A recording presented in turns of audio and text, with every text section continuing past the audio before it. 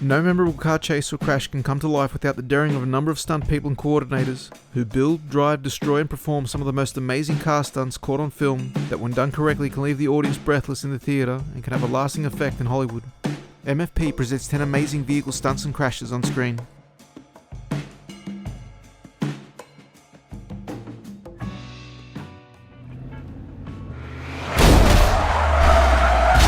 Considered one of the best Marvel movies of the series, Captain America Winter Soldier, although still part of the modern era of filmmaking where CGI and green screen are heavily involved in most stunts these days, did include a number of practical and impressive driving stunts, one of which was a scene that involved the character of Nick Fury, played by Samuel L. Jackson, to be ambushed and chased down through the streets of Washington DC driving a black 2007 Chevrolet Tahoe with the likely engine option of a Vortec 5.3 litre V8 with the 320 horsepower engine.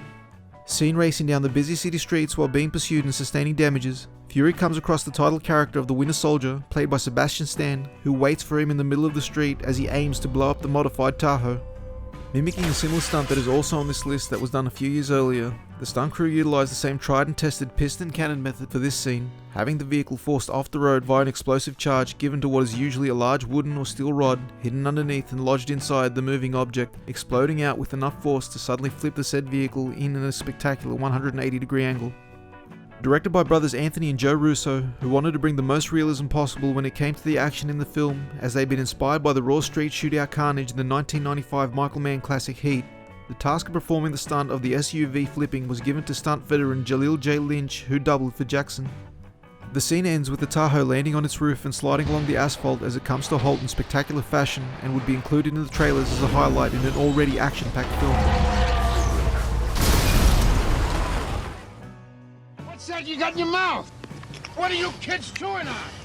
Get the hell out of here! Get the hell out of here! A film that tried to capitalize on the huge success that was Smokey and the Bandit, Convoy, though dealing mostly with the trucking scene of America in the 1970s, did not reach the heights famed action director Sam Peckinpah was hoping for.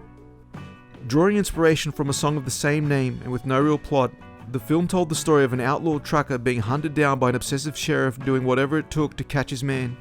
One stunt in particular that did not go according to plan and was done all in camera in one shot saw a souped up 1971 Chevrolet Chevelle with a 350 cubic inch V8 with a horsepower range of 245 to 270 be hijacked by Sheriff Wallace, played by Ernest Borgnine.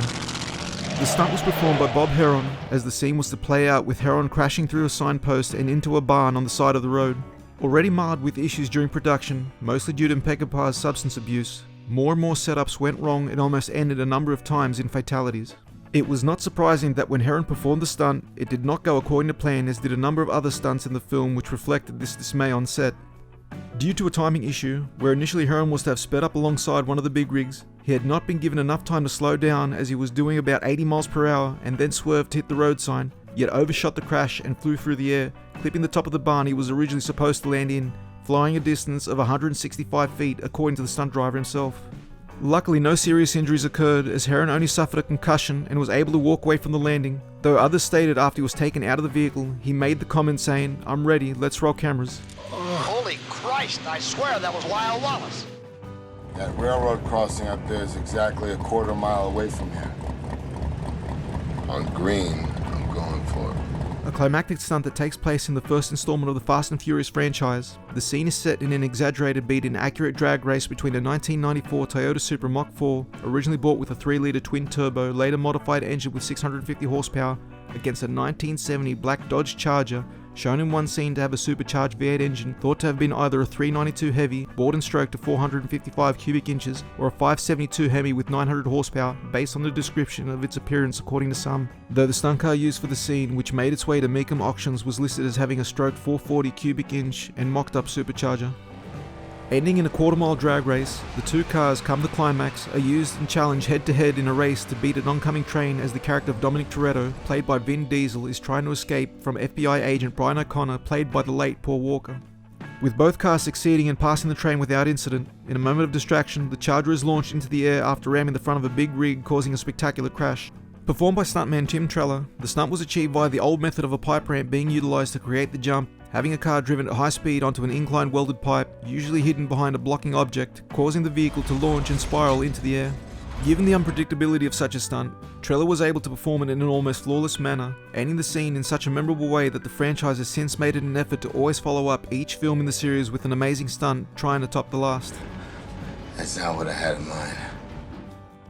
This car is 100% death-proof. Only to get the benefit of it, honey, you really need to be sitting in my seat. Wanting to throw his hat into the ring of car chase movies with his 2007 low-budget film Death Proof, famed writer-director Quentin Tarantino with longtime friend Robert Rodriguez decided to make their own exploitation-style films together to be released as a double bill in cinema and drive-ins, much like the style of movies both men grew up with in the 1970s. In the case of Tarantino, who was inspired by the stylings of the Australian cinema, along with the classics such as Dirty Mary, Crazy Larry, and Vanishing Point, his movie revolved around a psychotic killer using his car to drive around and murder young women as a form of self-gratification. Seen early in the film driving a matte black 1969, possibly 1972 according to different sources, Chevy Nova with the 350 V8 engine, the lead villain of Stuntman Mike, played by Kurt Russell, decides to use his movie-style customized movie car as his weapon of choice to commit the murder of these young unsuspecting women, who he has been stalking and waiting for the chance to find them on the road in a head-on collision. Driven by legend stuntman Buddy Joe Hooker, the first major crash of the film took place at a speed of around 80 miles per hour on an empty road in the dead of night, where at the request of Tarantino, the Chevy was to be seen colliding with a static car shell and hidden ramp used to launch it into the air, flipping and then landing on its roof as it slides into frame of cameras set and ready further down the road. Traveling the distance of almost 160 yards, Tarantino was able to get what he asked for from car and driver as the stunt came off perfectly and creating one of the most surreal, gory scenes in movie car crash history. Though the experiment of the double bill proved to have been a failure, as a number of the audience left the theatre after the Rodriguez film ended and did not stay to watch Death Proof due to this lack of familiarity with the concept, the car action has been praised by many, and this particular stunt still makes for an entertaining experience and a favourite among many car film enthusiasts.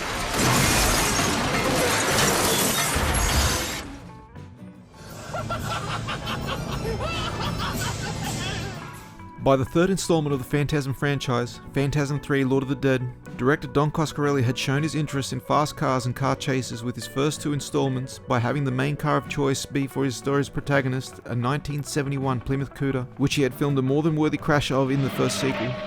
It was part 3 where the director wanted to see and create a show-stopping stunt that would outdo what had come before, only this time it would be done in the form of a flying hearse. Being a horror film with a low budget in the 90s, the stunt had been arranged to be done as real as possible with no camera trickery or computer graphics. Driven by stunt driver Bob Ivy on the Mulholland Highway, a 1968 pink hearse Cadillac with a 472 big block 375 horsepower V8 was driven at high speed and launched into the air, where it practically flew and spun multiple times before landing on the asphalt on its roof. The stunt itself would be covered by the news at the time and was seen as a highlight of the film. At a cost of around $20,000 to set up and perform, the stunt had been done in one take using multiple cameras that were able to catch an amazing and unexpected vehicle performance and stunt. Ivy surprisingly suffered only a broken fingernail and no other injuries, despite the dangerous look of the crash as it almost appeared unrealistic in its execution. Not often talked about when it comes to stunts or car lists, as even the franchise itself is not as popular as other horror movie series outside its fan base, this stunt is that unexpected piece of motor vehicle carnage caught on celluloid that showcases a passion in entertainment by doing something so over the top that one can't help but be amazed that there are stuntmen out there willing to make that leap and leave us, the audience, in such amazement.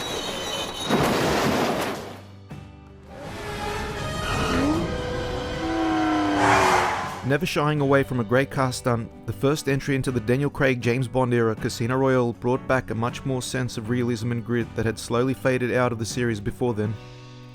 Taking on the first novel of the introduction to the character of British Secret Service agent James Bond, Casino Royale had its story set across the globe, yet its core adventure would take place in Montenegro, where the use of exotic and expensive cars were brought in to help tell the narrative. Once again equipping James Bond with his signature Aston Martin, the 2006 entry into the franchise was awaited with high anticipation, and in an attempt to meet such expectations, an amazing high-speed crash was devised in order to see James Bond involved in one of the most dangerous car stunts of the series. Driven by stunt driver Adam Keeley, the Aston Martin this time to be used was a 2007 DBS powered by a hand-built V12 with a 510 brake horsepower engine specially modified for this particular stunt. Wanting to originally create a crash of multiple flipping by using a ramp to pitch the car into a roll, the stunt coordinators found it to be a difficult approach due to the low height to the ground of the sports car, which would not flip under its own power. The caddy method was then brought in and used as the cylinder was placed behind the driver's seat and ignited at the right moment to perform the barrel roll of the Aston Martin. Driving at a speed of around 75 miles per hour and flipping the car an amazing 7 times before coming to a halt, the stunt was so successful it would end up setting a Guinness World Record for the most cannon rolls of a movie car caught on film. Casino Royale would go on to be a huge hit, and the film would be praised for its action and the stunt remembered for being an amazing addition to the world of James Bond and cinema.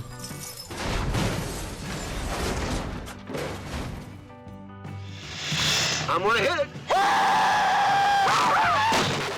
Making his directorial debut the year prior, stuntman turned director Hal Needham brought us the follow-up in the 1978 comedy film Hooper, once again teaming up with his good friend Burt Reynolds, who played a middle-aged famous stunt performer in Hollywood approaching the end of his career, reflecting many of the aspects of the director himself.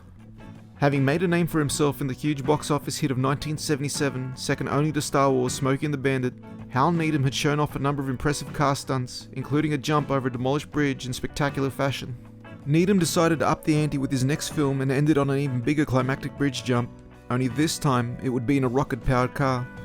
Though later using a modified shell to perform the actual stunt, a blazing Mayan red 1978 Pontiac Firebird Trans Am equipped with a 403 cubic inch 6.6 litre V8 with a 185 horsepower engine was the main car of choice, following up the famous Trans Am Reynolds combination that had worked the year before. Finding a bridge in Alabama that was in the process of being demolished in order for the jump to take place over a pre-existing crossing, the stunt was to occur during the shooting of a fictitious film being directed at the time and was seen as one of the most dangerous car stunts ever executed on camera. Performed once again by legendary stuntman Buddy Joe Hooker, who had been referenced in the film, the jump set a record by propelling the rocket-powered car 325 feet over the demolished bridge across to the other side. Though not as successful as Smokey and the Bandit, Hooper was a hit engrossing $78 million on its $6 million budget, yet over the many years since had become an almost forgotten film and does not get the same recognition as much as the other Burt Reynolds and Hal Needham films that were released. Using the tagline "Ain't nobody can fly a car like Hooper" and featuring the rocket jump on a number of the posters, the film plays as an homage to the hard and dangerous work of the Hollywood stuntmen and women, and an autobiographical look into the life of stuntman turned director Hal Needham, who was one of the first to make the successful leap into the director's chair.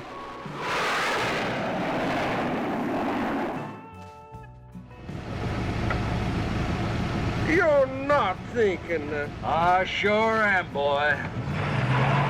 The second installment of the Roger Moore era of the James Bond franchise, The Man with the Golden Gun is not considered higher up on the list of the better James Bond entries in the series. It does, however, feature an amazing stunt performed for real and with no form of safety outside of precision and calculation. Already an existing performance created for a live car show, the idea came to use this stunt for the film after producer Carby Broccoli had gotten wind of it and wanted to feature this spiral jump in the upcoming James Bond outing.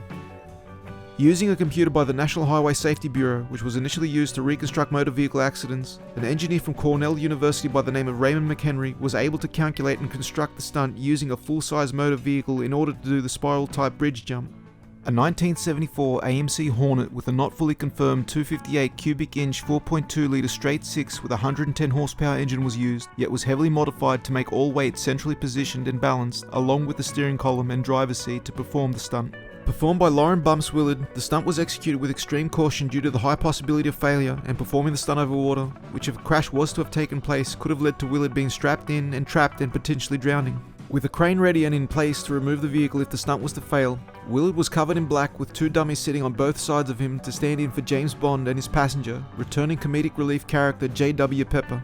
Delivered on the first take with no mistakes and with perfect precision, the stunt was done so well that director Guy Hamilton asked for a second take due to the unbelievable performance, to which Willard, who had never done the stunt before, refused a follow-up. The AMC Hornet has since been recently sold at auction, and the stunt, though slightly marred by a comedic slide whistle effect, is forever remembered as perhaps the highlight of an otherwise least remembered James Bond film. I've never done that before. Neither have I, actually. Now there's a Batman. Taking on a more serious approach to the comic book movie genre, The Dark Knight was director Christopher Nolan's follow-up to his first entry in his Batman trilogy. Already impressing with his assistance in designing the Batmobile/Tumbler in the first film and directing an impressive chase sequence from it, Nolan wanted the second film to have an even greater chase sequence and bigger stunts. Bringing in the character of the Joker, played inspirationally by the late Heath Ledger, the story would see Batman's arch-nemesis take over at 18-wheeler in an attempt to capture and kill the then under custody Harvey Dent as a chase through the city streets of Gotham takes place. Opting for a 1983 Peterbilt 359 as the rig of choice to perform one of modern Hollywood's most memorable vehicle crashes, done all practically, with only minor uses of CGI to remove any camera or metal tubing visible, coordinator Paul Jennings, Tom Struthers, and Chris Corbold devised a way to deliver what the director wanted, which would result in an amazing 180-degree vertical flip down a city street, all done in one shot. Bringing in truck stunt driver Jim Wilkie to perform the flip, there were serious questions whether or not such a stunt could be actually done on a 1-to-1 scale. Tests were done to see if it could be achieved using once again the tried and effective piston ram setup to launch the trailer rear forward with the rig still attached. Due to the weight and danger of such a setup, the truck cab had to be reinforced with such a strong cage as to be built to make sure Wilkie could not be crushed under such massive force. Given the location where the stunt was to be performed on the streets of Chicago doubling for Gotham City, the fear also existed due to the narrowness of the road that although wide enough, any deviation from a straight flip could have resulted in an impact with opposing buildings on either side. Filmed from several different camera angles, the night came where the stunt was ready to be filmed as it was a one-take situation with no room for error allowed. A special pair of crescent jagged metal plates were attached to the front of the rig to further help with the flip as the stunt was put underway, in the end resulting in a scene that played in almost slow motion given the enormous size of the setup. The stunt was performed without any complications, and the hard work and dedication along with precision timing and setting up paid off as stuntman Wilkie walked away from the crash with no injuries, and the footage caught that night still makes for an amazing viewing.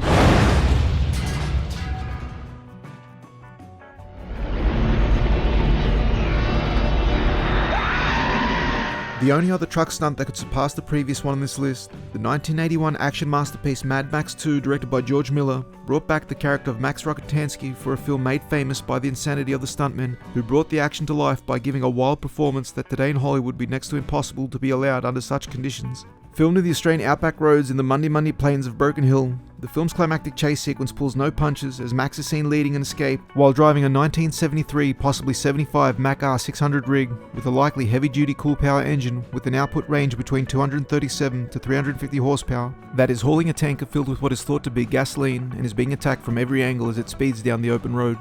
A staple in most Mad Max films, the chase ends in a typical George Miller head-on collision. In this instance, the stunt was performed for real as the rig, driven by stunt driver Dennis Williams, doubling for Max, was scripted to perform a collision with the character of Lord Humongous as he is driving his custom, nitrous-powered V8 straight towards Max.